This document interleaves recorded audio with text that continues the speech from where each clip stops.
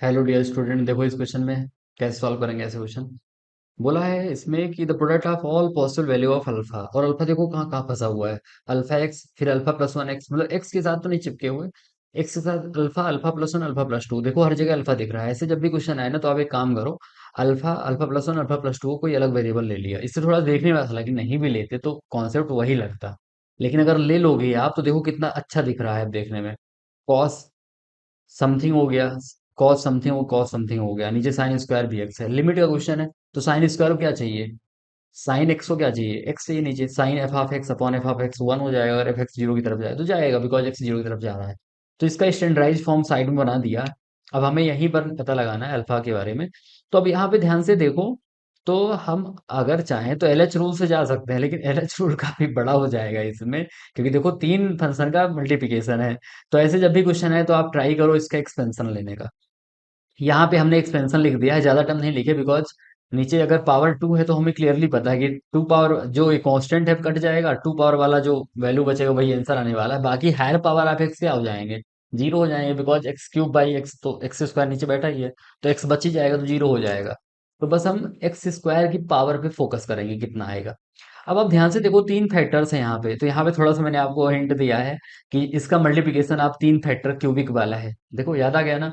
तो यहाँ पे हमारे पास एक्चुअली अल्फा बीटा जो गामा है उसमें एक्स स्क्वायर फंसा हुआ है, राइट। तो एक्स की जगह क्या है, वन है यहाँ पर, तो वन का क्यूब खुलेगा जो मैंने यहाँ पे खोला हुआ है। और जो एक्स स्क्वायर के साथ आएगा, मतलब जो वन स्क्वायर के साथ आएगा, वन स्क्वायर के साथ, वो यहाँ पे alpha plus beta plus gamma, मतलब इन तीनों का सम, तो वहां पे सम पे भी देखो आप x square upon two common है तो उसको मैंने कॉमन ले लिया। और जो बाकी सेकंड आएगा ना, ये आपको एक्स दिख रहा है लेकिन वास्तव में वन स्क्वायर है, राइट। तो वन पावर है लेकिन इसका स्क्वायर है जो एक्स यहाँ पर है। ये पूरी चीज यहाँ पे आप ध्यान ध्यान से देखो। तो यहाँ पे जब एक्स स्क्वायर था तो वन का स्क्वायर था, अब यहाँ पे एक्स है, तो पावर जो दो दो मल्टीप्लाई हो रहे हैं, जब ये दोनों मल्टीप्लाई होंगे आपस में तो पावर फोर आ जाएगी, अल्फा बीटा, क्योंकि डिग्री कितनी हो जाएगी, फोर, ऐसे बीटा का फोर। तो हायर डिग्री टर्म आएंगे बाकी सारे के सारे। रियल है, क्लियर है ना, क्योंकि यहाँ पे एक्स वन है, अल्फा बीटा गामा में एक्स फंसा हुआ है, समझ गए होगे।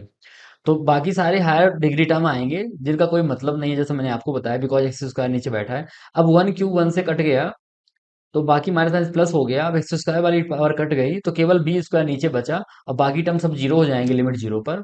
तो कुल मिला के यही है कि यही जो वैल्यू है वो टू के इक्वल आ गई जो आपको दिख रही है।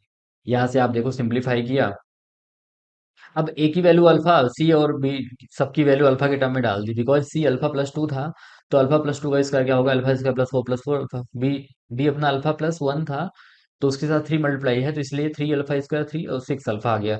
अब यहाँ पे सिंप्लीफाई किया, अब देखो यहाँ पे यहीं से आंसर आ गया, पता है क्यों, बिकॉज हमें बोला सारी पॉसिबल वैल्यू ऑफ अल्फा का हमें प्रोडक्ट निकालना है, तो ऑब्वियसली रियल में बात हो रही है, और प्रोडक्ट भी रियल नंबर आएगा। तो वैसे डी का मैंने चेक कर लिया कि चलो डी कितना आ रहा है, तो पॉजिटिव आ रहा है एट।